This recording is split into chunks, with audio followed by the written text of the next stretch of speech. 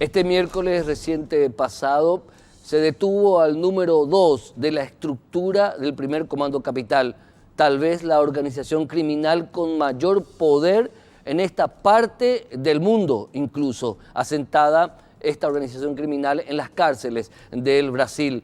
El primer Comando de Capital tenía a un segundo hombre que estaba haciendo un trabajo de inteligencia para desarrollar y controlar los negocios ilícitos de esta organización para Paraguay y Bolivia. De ahí una información judicial, fiscal y de la Senat antinarcótica normal. Lo anormal, quien custodiaba y servía de chofer incluso a este poderoso narcotraficante era nada más ni nada menos que un agente de la Policía Nacional.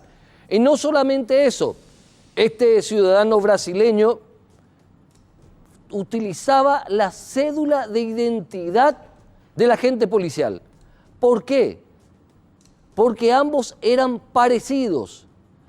Ambos tenían la misma estructura física, incluso entonces este delincuente brasileño en cualquier retén, en cualquier corte de ruta, en cualquier control sorpresa podía hacerse pasar nada más y nada menos que como Policía Nacional.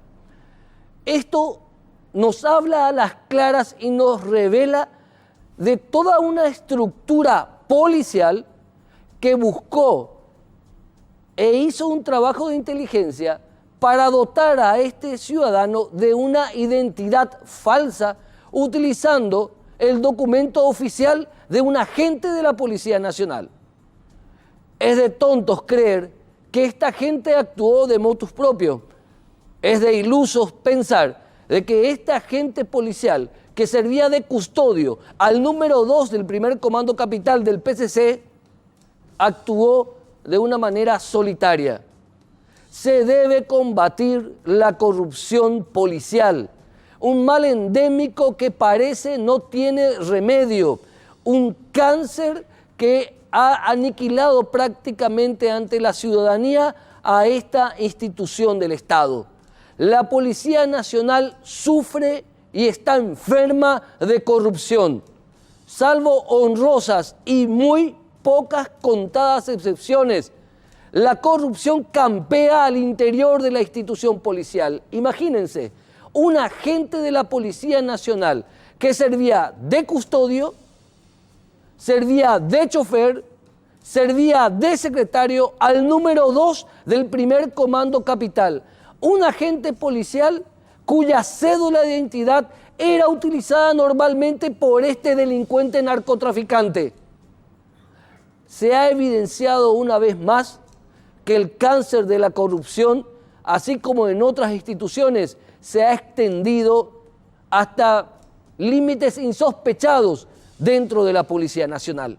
Una de las tareas más duras que deberá enfrentar Mario Abdo Benítez en su gobierno, y particularmente Juan Ernesto Villamayor como ministro del Interior, es combatir a este verdadero flagelo llamado corrupción policial, que bien sabemos beneficia a unos pocos en detrimento de la inseguridad de toda la ciudadanía. Sabemos bien que la corrupción policial ha vuelto millonarios a unos pocos y ha enterrado a muchos buenos policías y ha posibilitado robos, ha posibilitado asesinatos, ha posibilitado impunidad. Esa es la corrupción policial. Y si ahora no nos ponemos los pantalones largos para enfrentar a esta corrupción policial, podemos llegar a un estado fallido como en otros países. Espero que realmente ya no sea tarde. A la vuelta del corte, el primer tema del día de hoy.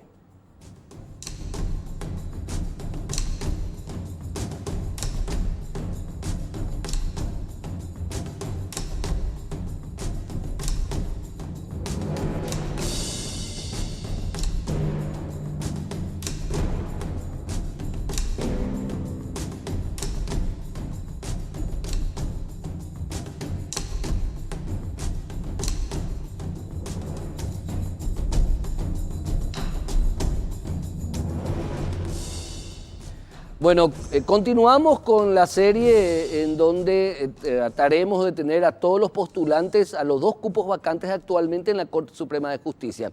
Hoy nos acompañan, por un lado, el doctor Eugenio Jiménez, gracias por estar con nosotros, el doctor Fernando Barrio Canal, muchas gracias doctor por estar con nosotros, y el doctor Delio Vera Navarro también nos acompaña hoy, en este caso, como postulante a la Corte Suprema de Justicia. Gracias doctor por estar con nosotros. Gracias, Héctor. El sistema que hemos implementado en Causa Justa es tratar de hacer las mismas preguntas básicas a todos los candidatos que vengan a sentarse como ustedes en, digamos, en los estudios de Causa Justa. Y la primera pregunta es, ¿qué piensa hoy día como postulante de la a la Corte Suprema de Justicia de esa institución?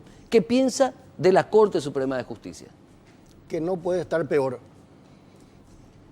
Y creo que los resultados de una pequeña investigación que se haga con cualquier nivel de la ciudadanía puede demostrar claramente que existe un divorcio absoluto entre la ciudadanía y el Poder Judicial. Eso es sumamente grave. Y creo y espero, como decías en la introducción, que no estemos ya en una situación de Estado fallido, porque ninguna comunidad es viable sin un poder judicial que cumpla a cabalidad sus funciones. En este momento la situación es verdaderamente grave y basta con leer los periódicos, escuchar las radios para confirmar la certeza de lo que estoy señalando. Vemos todos los días ejemplos de denuncias por coimas, por ventas de sentencias, por escándalos antes impensados. Entonces, no debe llamar la atención que el Foro Económico Mundial establezca al sistema judicial paraguayo como el tercer sistema peor del mundo. Y creo que eso es suficiente para resumir cuál es la opinión que tengo del Poder Judicial y de la Corte Suprema de Justicia. Doctor Fernando Barrio Canal, por favor, la misma pregunta. Realmente, desde mi punto de vista, la Corte no está bien. Es decir, todo el Poder Judicial no está bien.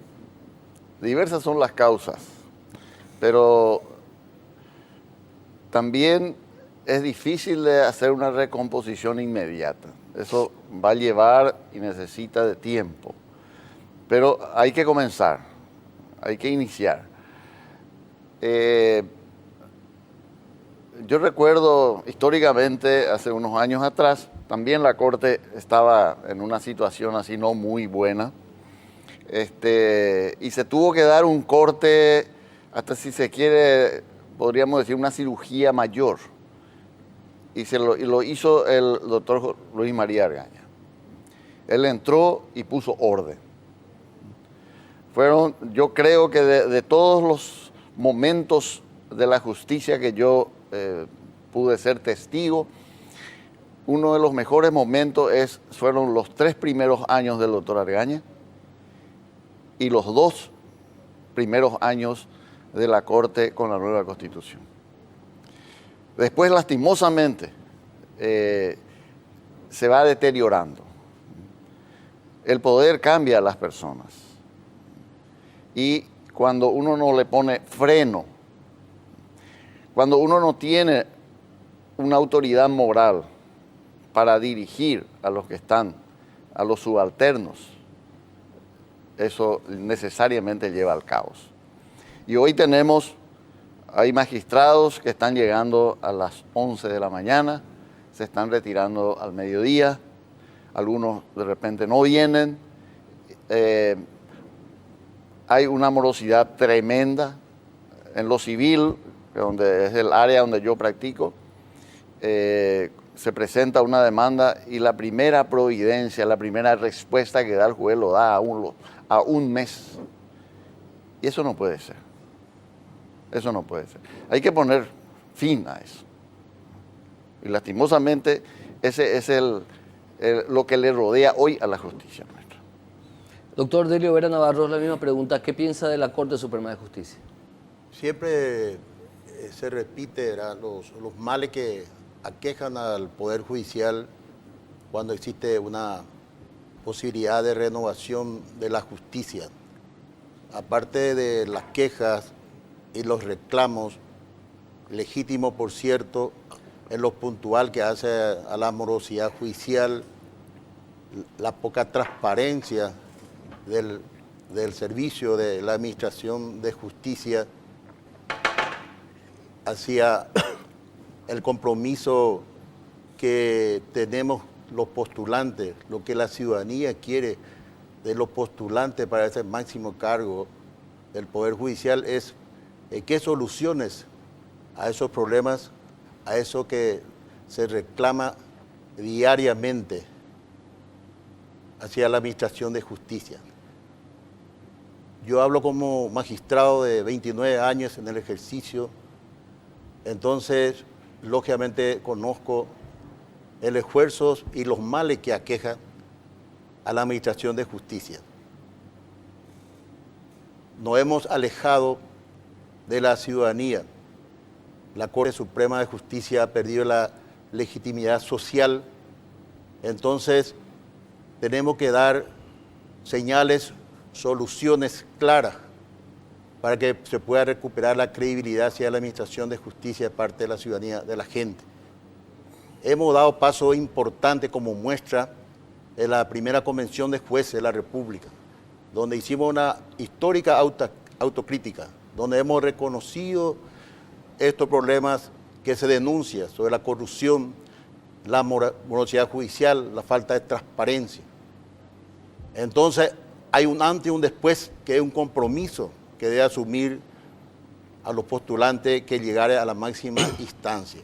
Así como también basta también apuntar el tema de la declaración jurada de bienes de los jueces, que voluntariamente los magistrados nos hemos puesto a consideración de la opinión pública, de todos los bienes que posee la judicatura.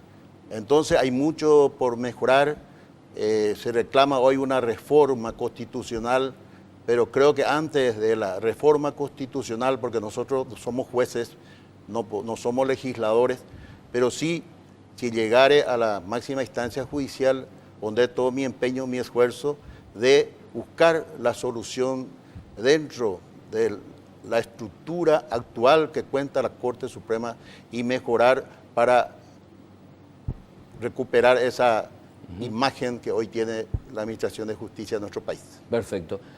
Ahora, en lo personal, para que la gente conozca un poquito, la audiencia conozca quiénes son, ¿quién es el doctor Eugenio Jiménez? Bueno, yo soy un abogado ejerciente de la matrícula que trabajo en la profesión de abogado ininterrumpidamente desde hace 38 años. Además, me desempeño como docente, tanto a nivel de grado como de posgrado, en diversos institutos de posgrado. Tengo también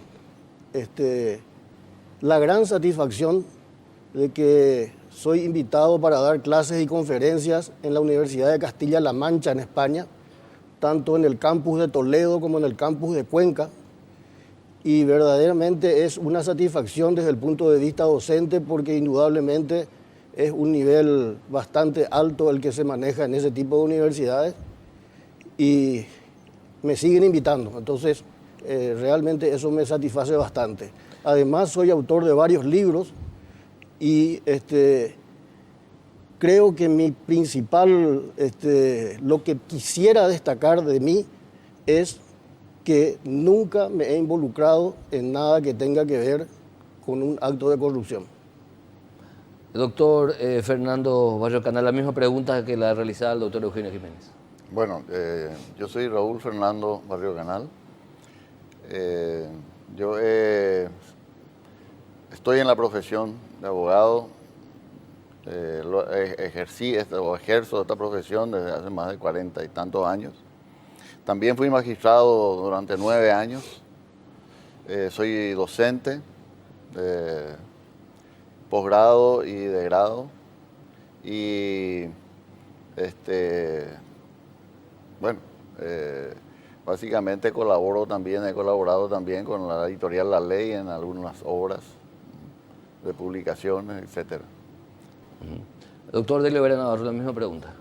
Yo soy Delio Vera Navarro, estoy en ejercicio de la profesión más de 39 años, 10 años como profesional abogado y hace 29 años que estoy en la Administración de Justicia. He ocupado funciones en las circunscripciones judiciales de Pedro Juan Caballero, de la circunscripción judicial de Caguazú, San Pedro, y hace aproximadamente 20 años que estoy como miembro del Tribunal de Apelación Segunda Sala. Soy docente de la universidad de grado y también de posgrado. También tengo publicaciones. Mi carrera se ha enmarcado y he entregado toda mi vida al servicio de la justicia, poniendo todo mi empeño y mi dedicación hasta hoy en busca de transparentar una gestión tan criticada como es la de un magistrado, estando al día con mi despacho, que puede ser comprobado en todo este tiempo que me ocupo ocupar y ejercer esta noble función de ser juez de la República. Tengo también obras, publicaciones, escritos en toda mi trayectoria como profesional del derecho. Antes de ir al corte, voy por una última pregunta y quiero que me respondan, así como pedí a los primeros invitados, de una manera sucinta o resumida, o que la describan o describan del por qué, de una manera breve, del por qué se postulan. ¿Por qué el doctor Eugenio Jiménez se postula? Me postulo para este cargo porque creo que me he preparado para él durante toda la vida. Y además, creo que en una situación como la que nos encontramos, es un deber cívico insoslayable el tratar de aportar algo para el mejoramiento de esta situación en la que se encuentra el Poder Judicial. Es decir, estoy movido por los mejores deseos de que a través del mejoramiento del Poder Judicial se pueda lograr un mejoramiento general, porque del Poder Judicial se depende muchísimo. Doctor Fernando Barrio Canal, ¿por qué se postula, doctor? Igualmente, como dijo Eugenio, a mí me motiva dos cosas. Una vez, no hace mucho, yo estaba haciendo una crítica al Poder Judicial y me dijeron que ellos compartían la crítica que yo estaba haciendo, pero me cuestionaban el hecho de qué yo había hecho para mejorarla. Y le dije, ¿qué puedo hacer yo siendo un abogado? Y me dijo, una de las cosas es tratar de entrar en la corte. Desde tu puesto de abogado no vas a poder hacer nunca nada, pero desde la corte es probable que puedas hacerlo. Entonces, esa es una colaboración a lo que yo creo de que me debo culminar mi carrera, y una vez terminado eso ya iré a las vacaciones. Perfecto. Doctor Delio Vera Navarro, ¿por qué se postula? Estoy convencido de merecer ocupar este tan delicado y noble función, en conocimiento de la función como profesional de derecho y también como magistrado judicial, también como dirigente gremial.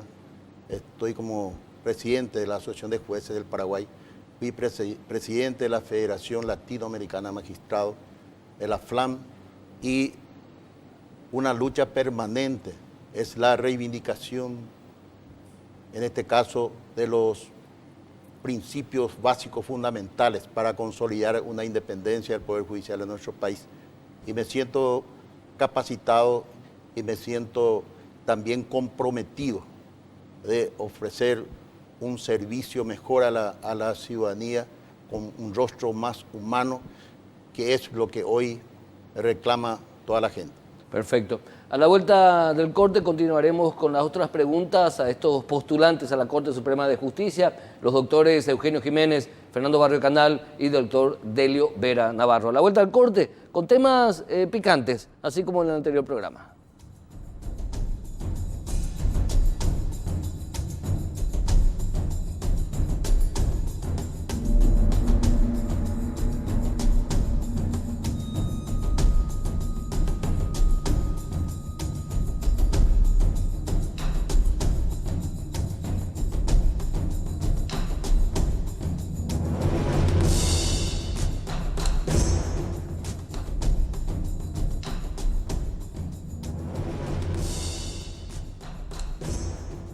Bueno, y tiene que llegar este tema, tenemos que tocar este tema, o estos 2 o 3 temas que vamos a tocar con estos candidatos, porque son temas que tienen que ver con la penosa realidad y actualidad hoy que tenemos en nuestro país, en lo que hace a una justicia absolutamente permeable, en mi humilde entender, a la influencia política o económica de los factores de poder. Doctor Eugenio Jiménez, ¿qué piensa de la influencia política denunciada hoy hacia el interior de la Administración de Justicia? Entiendo que el problema de la injerencia política en el Poder Judicial empieza por la misma Constitución, por la forma como está establecidos los órganos para la selección de magistrados, incluso para el juzgamiento de los magistrados, y creo que es uno de los puntos que se debe tener en cuenta primordialmente en esta etapa que se está iniciando y en la que se habla de una posible reforma de la Constitución Nacional. Estos son temas álgidos para la República, porque si no se puede llegar a superar una situación como esta, olvidémonos de que podamos tener un país sustentable. A ningún gobierno le conviene un poder judicial que no funcione como deba funcionar. En consecuencia, se empieza por lo institucional, pero además se suma lo cotidiano, porque el magistrado que está en funciones tiene que estar tratando de equilibrar intereses para poder mantenerse en el cargo. Y ese es uno de los puntos fundamentales del problema del Poder Judicial, en razón de que el magistrado nunca se siente libre. Y por eso es que yo creo que la solución, el primer paso al menos para la solución del problema en la Corte Suprema de Justicia, es que tienen que incorporarse abogados ejercientes de la matrícula, porque vienen con una visión diferente, vienen sin estar imbuidos en ese sistema que le engulle a los magistrados. Y a pesar de que, sin ninguna duda, hay muy buenos magistrados, el problema es sistémico. De modo que deberíamos priorizar una reforma constitucional teniendo en cuenta estos aspectos. Doctor Fernando Barrio Canal, la misma pregunta. Bueno, yo estoy totalmente de acuerdo con lo que dice Eugenio y suscribo, hago mías sus palabras, pero yo le agregaría 2 cosas. La primera de ellas, de que se suele decir normalmente de que la injerencia política y compañía vienen por una cuestión del sistema. Yo no estoy muy de acuerdo con eso. Sí, el sistema ayuda mucho, pero mucho quiere decir la persona. La persona, cuando una persona se vuelve realmente infranqueable para las presiones eventualmente, también la presión política va a retroceder. Pero hay también otro elemento más que es muy importante que yo creo de que debería, a los efectos futuros de la magistratura, la creación de la ley de la carrera judicial. Y tener o darle al magistrado un sueldo, una ganancia suficiente para que él pueda con toda comodidad desempeñarse dentro de sus funciones. Porque no se le puede hambrear a una persona que tiene que justamente dictar, hacer justicia. De manera que esos son elementos que yo tendría que decir, hay que agregarlo. Pero mucho, vuelvo a repetir y hago hincapié sobre esto, depende de la persona. Doctor Delio Ver Navarro, la misma pregunta. Sí, con respecto a la pregunta, tenemos varias respuestas que podemos manifestar, fundamentalmente la búsqueda de la despolitización de la justicia, que es un reclamo de toda la ciudadanía, de toda la sociedad, y para el efecto debe pasar por un proceso de reforma constitucional que ya no es el ámbito natural. La Constitución Nacional de 1992 diseñó un sistema de elección y selección para la Corte Suprema de Justicia, a través de un órgano extrapoder, el Consejo de la Magistratura, donde se baten los méritos y actitudes de los postulantes. Para integrar una terna, lógicamente pasa por el Poder Legislativo para una elección de uno de los candidatos y al Poder Ejecutivo para la designación final. Pero depende, como dice, esa designación que pasa por un proceso que puede ser político, pero la misma depende ya de las personas que asumen este gran compromiso ante la ciudadanía, de transparentar la gestión. Hay que transparentar la gestión para poder tener el apoyo y el acompañamiento de la ciudadanía. El secretismo de la actuación de un miembro de la Corte Suprema de Justicia abre la posibilidad a que impere la corrupción o que haya desconfianza o duda de la actuación de un ministro de la Corte. Depende ya de la capacidad, del compromiso de la persona que asuma esta máxima instancia en el cargo, pueda cumplir a cabalidad con el cometido de ajustar su decisión a lo que dicta la Constitución y las leyes iguales para todos, sin privilegio algunos. Dos últimas preguntas, una que creo yo que merece una reflexión y la otra que es más que quiero que la conteste con una palabra o una frase. La primera de estas dos últimas preguntas es la siguiente. El principal debate que hoy día tenemos y que ha enlodado la imagen de casi todos los ministros de la Corte es que ellos prometieron, cuando fueron ternados y estuvieron ante el Senado, prometieron quedarse 5 años y todos se atornillaron al cargo. Entonces la pregunta es la siguiente. Doctor Eugenio Jiménez, es electo, pasa el filtro del Senado, el presidente de la República da el acuerdo constitucional, es electo ministro de la Corte Suprema de Justicia. ¿Cuánto tiempo quedará en el cargo? 5 años.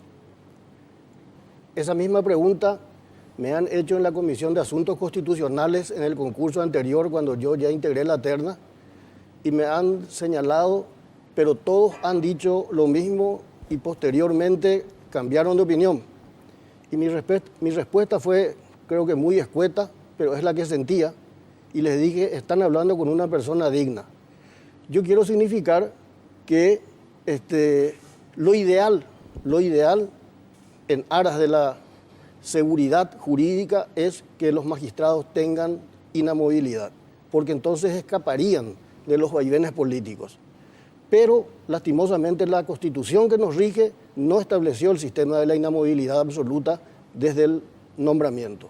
Se requieren 2 confirmaciones, es decir, nombramiento, confirmación y reconfirmación para poder adquirir esa inamovilidad que le llevará al ministro de la Corte hasta los 75 años.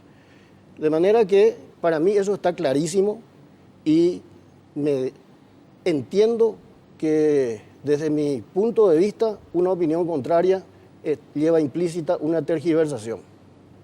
Doctor Fernando Borrero, la misma pregunta. Enfáticamente le digo que son 5 años. Y eso lo tengo por escrito desde hace mucho tiempo. La primera inconstitucionalidad que se había hecho al respecto, o sea, la decisión esta, yo iba a integrar esa corte. Y cuando vieron mi decisión sobre al respecto, me cambiaron. O sea que y ese voto yo lo tengo.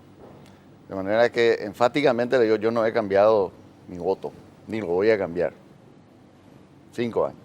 Doctor Delio Vera Navarro, finalmente, la misma pregunta. Y mi querido Héctor, ese punto creo que está resuelto, porque hay fallos de la Corte Suprema de Justicia que han declarado inamovibles a los ministros de la Corte en interpretación del artículo 261 de la Constitución Nacional.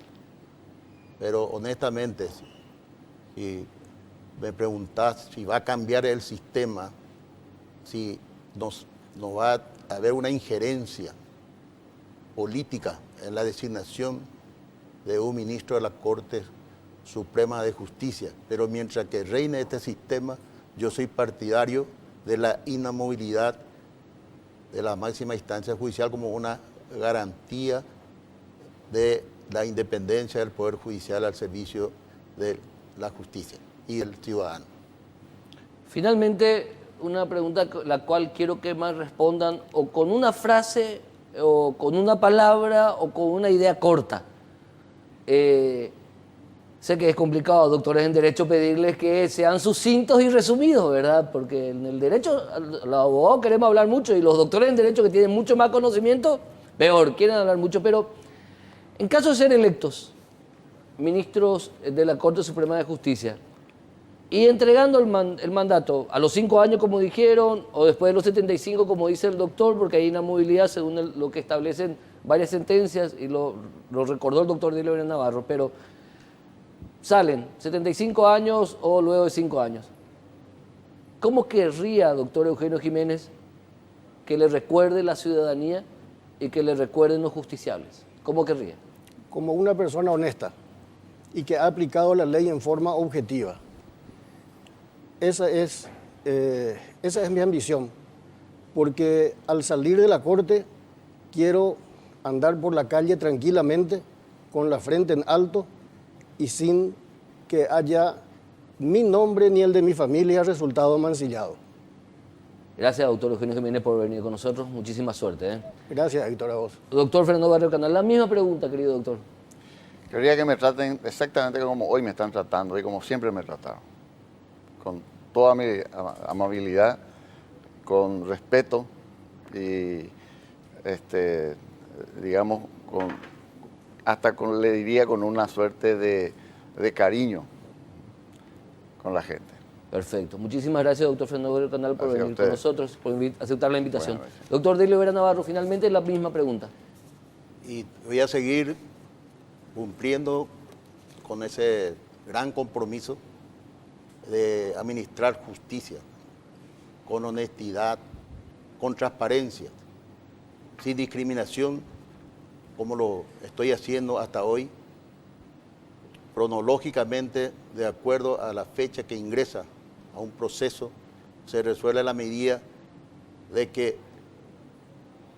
tenga el tiempo en la presentación, y puedo decir que hoy estoy al día con mi despacho y voy a seguir con ese compromiso de transparentar, de administrar justicia sin privilegio y procurar la reforma estructural y necesaria que podamos hacer dentro de lo que nos permite hoy el funcionamiento de la Corte Suprema de Justicia, a lo que se refiere a la parte jurisdiccional, a la parte administrativa, que tenemos que potenciar el área jurisdiccional en detrimento del área administrativa para un mejor servicio a la ciudadanía. Muchísimas gracias, doctor Delio Vera Navarro, a los 3 distinguidos doctores en Derecho, postulantes a la Corte Suprema de Justicia por las vacancias dejadas por Alicia Puchetá y por el doctor Miguel Oscar Bajac Albertini. Los 13 candidatos se postularon para las 2 vacancias, ¿verdad? No, ¿No? yo me postulé para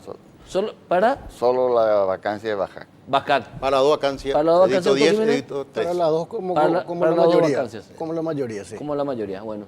Muchísimas gracias. A usted. A la A usted. vuelta del corte vamos a abordar a través de un caso en particular una situación terrible que se sigue dando en nuestro país y parece que no tiene visos de solución o forma de que pare esto. A la vuelta del corte.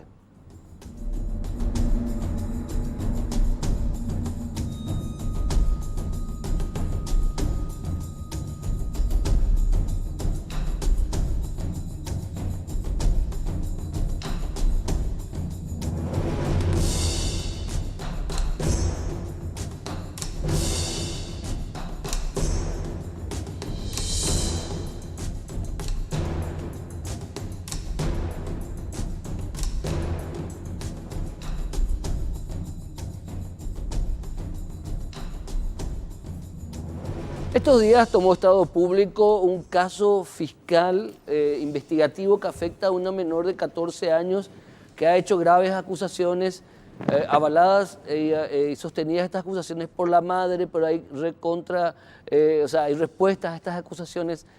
Se trata de un caso en particular que tiene su dinámica particular, menor de edad, madre enfrentada al padre, que tiene su propio camino y derrotero investigativo.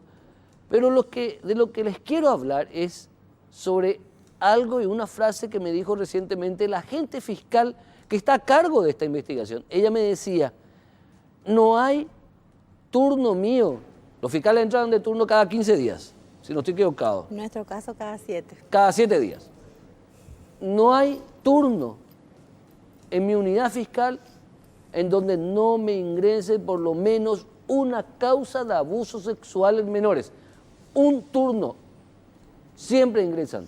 Es una locura, es una epidemia. Estoy en compañía justamente de esa fiscal, la doctora María José Pérez Giampieri. Dije bien. Está. Italiano correcto. también. Pérez Giampieri. Origen. Origen. Doctora, bienvenida, muchísimas gracias.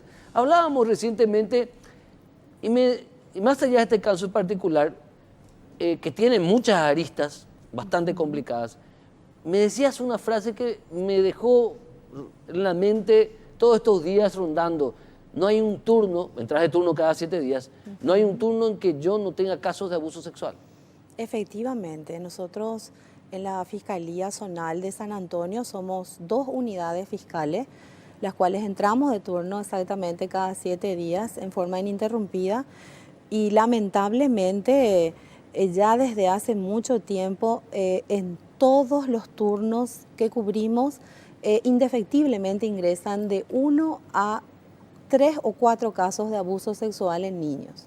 Por cada turno. Por cada turno. Quiere decir que solamente en la Fiscalía de San Antonio, vamos a decir que entran, ¿cuántos casos? 16, 20 casos.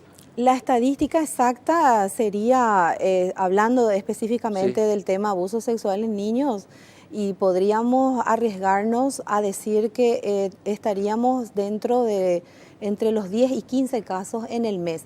Pero, aclaro, son denuncias. Claro, denuncias. De ahí en más ya tendría que ser más específica en cuanto a las imputaciones y, lógicamente, hemos logrado también una serie de condenas en casos de abuso sexual en niños. ¿Qué está pasando con nuestra sociedad? Le pregunto a alguien que está en el día a día viendo lo peor del ser humano.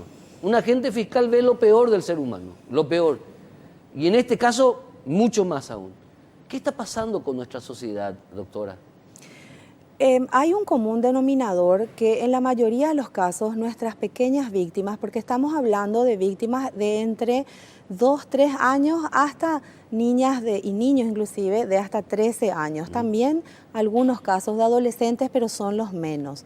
Y hay un elemento en común que es el tema de que están en el seno de familias irregulares. En el mayor de los casos, o sea, la mayoría de los casos, se denuncian estos hechos en el seno de familias irregulares. Es decir, Disgregadas sería. Sí, madres que tienen otras parejas, luego estas parejas tienen sus respectivas uniones, entonces existe ya ahí una convivencia digamos, de una cierta forma irregular en el sentido de que con escaso conocimiento de la otra persona ya ingresan a estos hogares y surge ya una convivencia en el seno prácticamente familiar. Es un denominador común que a mí me llamó mucho la atención porque haciendo un análisis de las causas que yo tengo de abuso sexual en niños, son muy pocas las denuncias que surgieron en el seno de un matrimonio. A eso me estoy refiriendo. Sí, en un matrimonio constituido, una familia constituida. Sí, es más complicado que surja ese tipo de denuncias. Es una situación muy delicada, es muy sensible. Nosotros no emitimos juicios de valor, Claro. pero simplemente haciendo hincapié en que están surgiendo estos hechos en este tipo de relaciones. Y bueno, y lógicamente ya cuando estamos ante personas extrañas que ingresan a los hogares, y bueno, existe ahí una suerte de convivencia en donde generalmente la madre trabaja, el padre, ellos le dicen padrastro, nosotros le explicamos que para que digamos que sea un padrastro tiene que haber una sentencia de adopción previa, ¿verdad? Entonces son ya son extraños. Claro, son extraños que ingresan a los hogares de estas niñas y bueno, y posterior a eso entonces surgen la mayoría de las denuncias de abuso sexual por parte de parejas sentimentales de las madres de las niñas. ¿Cuál es otro común denominador, doctora, en este tipo de casos? ¿Cuál es una dinámica común que observás vos en tu experiencia en estas causas que ingresan? Estamos hablando solamente de estas 2 unidades fiscales de una sola ciudad de San Antonio, estamos hablando de 20 casos de denuncias de abuso sexual en menores de 2 incluso años a 13 años. ¿Cuál es otra dinámica, doctora? En el sentido de lo que serían los casos que ya ingresaron, en un alto porcentaje se pudo probar la existencia del hecho punible y el grado de autoría de los denunciados. Sí. Eso es muy importante porque le da asidero y verosimilitud a las denuncias. También hemos tenido denuncias que han terminado, digamos, con un sobreseimiento definitivo porque se ha podido comprobar a lo largo de la investigación que muchas de estas madres no aceptan las nuevas relaciones de los padres de sus hijas y de ¿Hay pronto una instrumentación? han podido manipular en cierta forma las declaraciones de las niñas y de niños. Hemos tenido casos de niños también, en menor grado, pero también varones. En este sentido es importante destacar que el Ministerio Público cuenta con profesionales psicólogas de excelencia y ellas tienen una forma de medir el grado de verosimilitud del relato de estas víctimas. Tienen una escala y se manejan conforme a esto, sumados a otros elementos que hacen descartar la autoría en el hecho denunciado por parte de estas otras personas. Son menos estos casos, pero existen. ¿Qué otra característica encuentra, doctora? Y generalmente también el hecho de que las víctimas muchas veces no confían en sus propias madres. Ahí hay un componente económico también, hay una dependencia, pero ya me pasaba en mi época en que era fiscal en Cordillera, yo estuve muchos años como fiscal en Cordillera, y también era un común denominador que las madres, digamos, como que no daban credibilidad a los relatos de sus hijas porque ellas tenían como un sostén económico a sus parejas, Sí. los autores de estos hechos. En ese sentido, en San Antonio también encontramos mucha renuencia a creer algunos relatos, entonces encontramos también el común denominador de que cuentan a sus maestras. El tema de los docentes y de las docentes ante estos hechos es muy importante porque tenemos también una gran cantidad de denuncias que nos ingresaron, ya sea a través de la CODENI, que fueron convocadas por las propias docentes, que son las primeras en enterarse por los cambios de conducta de las Claro. niñas. ¿Y están preparadas nuestros docentes están preparados para recibir este tipo de denuncias? Bueno, hasta ahora nos tocaron en la Fiscalía docentes que sí se animaron a efectuar la denuncia porque es ya tomarse el trabajo de ir hasta una Pero sede no hay un fiscal protocolo. Y denunciar. Bueno, yo desconozco a nivel Ministerio de Educación, a nivel Fiscalía sí tenemos... Me refiero a nivel Ministerio de Educación. Fiscalía sí tiene un protocolo. Claro. Tiene un protocolo, pero me refiero si en tu experiencia ves si hay un compromiso real de los docentes al recibir esta denuncia o tratan de esquivar el bulto, tratan de no hacerse cargo de la denuncia. No, no. Al contrario, es lo que estoy manifestando. Sí. Hasta ahora nos han tocado docentes que ni bien se enteraron de los hechos, Denunciaron. labraron acta y se tomaron el trabajo de ir a la Fiscalía a denunciar. Importante, eso, algo positivo entonces, ¿no? Sumamente positivo, por eso es importante el trabajo también de las docentes, estar atentas en los cambios de conducta que son típicos de las víctimas de este tipo de hechos, muy lamentables, porque la mayoría de las víctimas, sobre todo niñas, niños que fueron víctimas de abuso sexual, manifiestan y también determinan una conducta de baja autoestima. Y esta baja autoestima es necesario que pueda recuperarse a través de una psicoterapia especializada. Entonces, el docente es el que está en contacto diario con estas niñas y pueden percatarse de los cambios de conducta inmediatamente y bueno, ahí indagar un poco más. Hay veces que también las niñas cuentan a sus mejores amigas, sus mejores compañeras y estas son las que a su vez comentan a las docentes y ellas nos manifiestan estos hechos. Una última, y le pregunto a alguien que está, como decía al comenzar la entrevista, en el día a día, como muchos otros cientos de fiscales y fiscalas, ¿qué debería cambiar el sistema para tratar de tener algo de prevención? ¿Se puede tener algo de prevención en esta dinámica delincuencial, en este tipo de hechos? ¿Puede haber prevención? Pues eso por un lado. Y por el otro, ¿debería modificarse en algo, mejorarse en algo el sistema de abordaje a la víctima? Es importante recalcar que en todos los casos de abuso sexual en niños, los cuales hemos acusado y encontrado una salida procesal, porque este tipo penal ha sufrido una modificación donde, digamos, la ley ya es mucho más severa a partir del año 2017. Anterior a eso era simplemente un delito y lógicamente en el tipo base la expectativa de pena era de 3 años. ¿Y ahora el tipo hoy día base, no, cuál es la hoy día expectativa de no, pena? porque si la Fiscalía puede demostrar, por ejemplo, probar que hubo coito entre un sospechado imputado y su hija biológica, se expone a una pena de hasta 20 años, el mínimo son de 10. Bueno, entonces es importante destacar algo muy importante, que los dictámenes psiquiátricos nos determinan que los autores de estos abusos eran conscientes del alcance de su conducta. No saltan en los dictámenes médicos problemas de líbido o algún tipo de trastorno psiquiátrico en estos autores, y ese también es un detalle a tener en cuenta, ¿verdad? Y en el sentido de la prevención, lógicamente ya tratándose de mujeres maduras, las madres, la mayoría, tratar de, en el caso de las que tienen sobre todo niñas, tratar de conocerle bien a la persona que van a ingresar a su hogar, y luego de tener una convivencia un poco más profunda, animarse a la convivencia familiar. Doctora María José Pérez Giampieri, realmente interesantísimo lo que dialogamos contigo a partir de un caso particular que tiene su dinámica, explotó esta semana. Así mismo. Quería hablar contigo en base a eso que me habías dicho, ¿verdad? Que estamos ante una epidemia de abuso sexual de menores.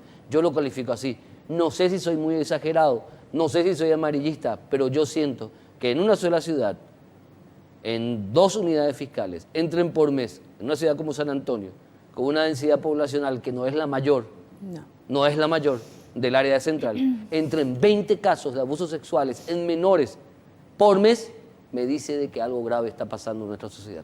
Doctora, muy interesante realmente el aporte tuyo. Bueno, Muchísimas muchas gracias, gracias doctora. a ustedes. Nos acompaña así de esta manera la doctora María José Pérez Giampieri, agente fiscal de la ciudad de San Antonio. Yo voy a ratificar esto. Estamos ante una epidemia de abusos sexuales en menores. ¿Quién protege a nuestros niños y a nuestras niñas? ¿Quién les asegura el futuro? ¿Qué debemos hacer? Debemos sentarnos a hablar como sociedad de lo que está pasando, porque no es algo normal de ninguna manera. Gracias por acompañar una edición más de Causa Justa. Nos volvemos a encontrar el próximo domingo.